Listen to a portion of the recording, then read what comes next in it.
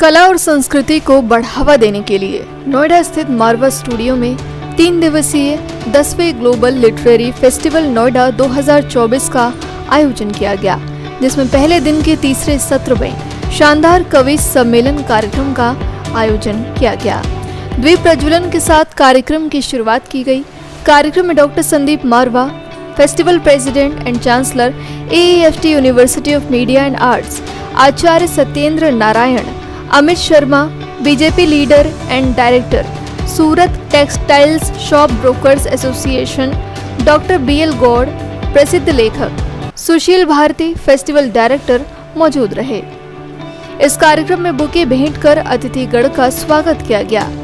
Doctor Sandeep Marwah, festival president and chancellor AEFT university of media and arts ने सभी लोगों का शुक्रिया अदा किया और कहा, हमारे देश की सारी संस्कृति कविताओं में लिखी है। यदि आप प्रेमचंद को पढ़ते हैं तो उन्होंने उस समय की समस्याओं के बारे में जो लिखा है वो आज भी निरंतर जाती है।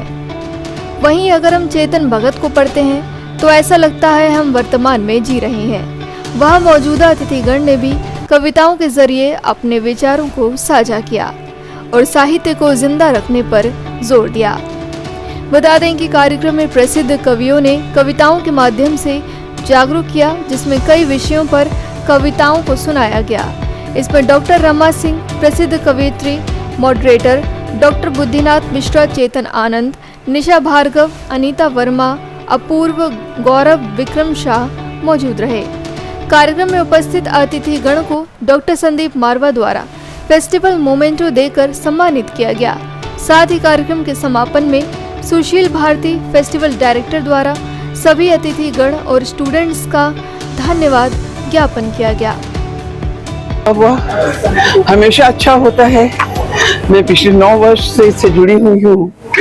कवि सम्मेलन की संयोजिका में ही रहती हूँ। सुशील जी का आदेश होता है 5 मिनट में कवियों के नाम बताओ, और उस 5 मिनट में जो कवि याद आ जाते हैं वो आपके मंच पे होते हैं और आप लोग उनको बहुत पसंद करते हैं, सबको बड़े प्रेम से सुनते हैं। इसलिए इवेंट अच्छा होता है, क्योंकि जो भी कार्य किया जाए वो निश्चल मन से किया जाए, निस्वार्थ होकर किया जाए। जिस कार्य में स्वार्थ आ जाता है उस कार्य में सफलता नहीं मिलती। जब हम निस्वार्थ होकर कार्य करते हैं तो हम सफल होते हैं। ये सब वो कवि हैं जो बहुत गहरे तक बैठे हुए हैं, बहुत गहराई से सोचते हैं, बहुत अच्छा लिखते हैं। पर आजकल जैसे हर जगह राजनीति है, साहित्य में भी राजनीति आ गई है। बहुत से ऐसे कवि जिनको बड़े मंच नहीं मिलते, वो इस मंच पे आके बहुत बड़ी बड़ी जगह जाते हैं। ये मंच उनको आगे बढ़ाने में प्रेरणा देता है और बहुत सुंदर मंच है ग्लोबल लिटरेरी फेस्टिवल, और आगे जाए, हमेशा इसी तरह चलता रहे। आप लोगों का सहयोग मिलता रहे, क्योंकि विद्यार्थियों का सहयोग मिलना बहुत जरूरी है। ये 10वें ग्लोबल लिटरेरी फेस्टिवल में आके बहुत अच्छा लगा। पिछले साल भी मैं आया था, और ये नोएडा जैसे जंगल के, जो सीमेंट का जंगल है, नोएडा को सीमेंट का जंगल बोलते हैं, उसमें साहित्यिक गंगा बहाना ये मारवा स्टूडियो और AEFT का बहुत बड़ा कमाल है।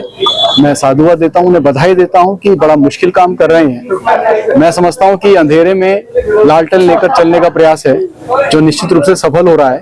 इससे जितने स्थापित कवि हैं वो तो सबके सामने आते ही हैं, लेकिन नवोदित कवियों को भी जो प्लेटफॉर्म दे रहे हैं आप लोग, ये वास्तव में संदीप मारवा साहब और सुशील भारती जी बहुत बहुत बधाई के पात्र हैं। ये सिलसिला अनवरत चलता रहे, यात्रा जारी रहे, मेरी अनंत शुभकामनाएं। मुझे तो बहुत अच्छा लगा। मैं पिछले 10 सालों से यहाँ आ रही हूँ और जितनी बार आती हूँ हर बार उससे भी ज्यादा मजा आता है। और आप लोगों के रिस्पॉन्स के तो क्या कहने, इतना तालियों से नवाजते हैं हम लोगों को। मतलब हमारा कविता सुनाने का ना और हौसला बढ़ता है। हालांकि टाइम निकल जाता है, पर अच्छा एक और सुना देते हैं, अच्छा एक और सुना देते हैं, वो बहुत मजा आता है। देखिए, आज का जो कवि सम्मेलन था मेरे दिल के इतने करीब था, उसके कुछ कारण हैं।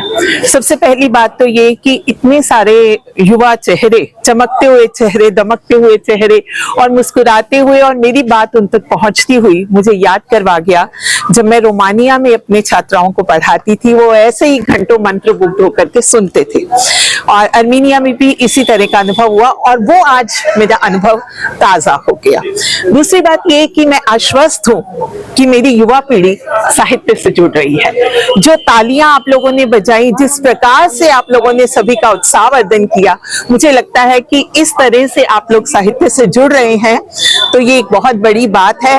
लोग कहते हैं कि हिंदी कोई पढ़ता नहीं, लोग कहते हैं कि हिंदी में कोई कुछ कहना नहीं चाहता, कोई सुनना नहीं चाहता या समझ नहीं आती। तो हिंदी दिवस का ये जो पखवाड़ा चल रहा है, उसमें मैं एक बात आप तक पहुंचाना चाहती हूँ कि मैं आश्वस्त हूँ कि मेरे देश का युवा हिंदी से जुड़ रहा है और हमें घंटों सुनने को तैयार है। बहुत बहुत शुभकामनाएं। हिंदी अपने बल पर बढ़ रही है और आप लोग बढ़ा रहे हैं उसको। इस समय जो सही आंकड़ा जो है वो ये है कि हिंदी विश्व की सबसे ज्यादा बोली जाने वाली भाषा है। सही आंकड़ा है ये। और उसके बाद जो है मंदारिन है, और उसके बाद अंग्रेजी है, तृतीय स्थान पर अंग्रेजी है। धन्यवाद।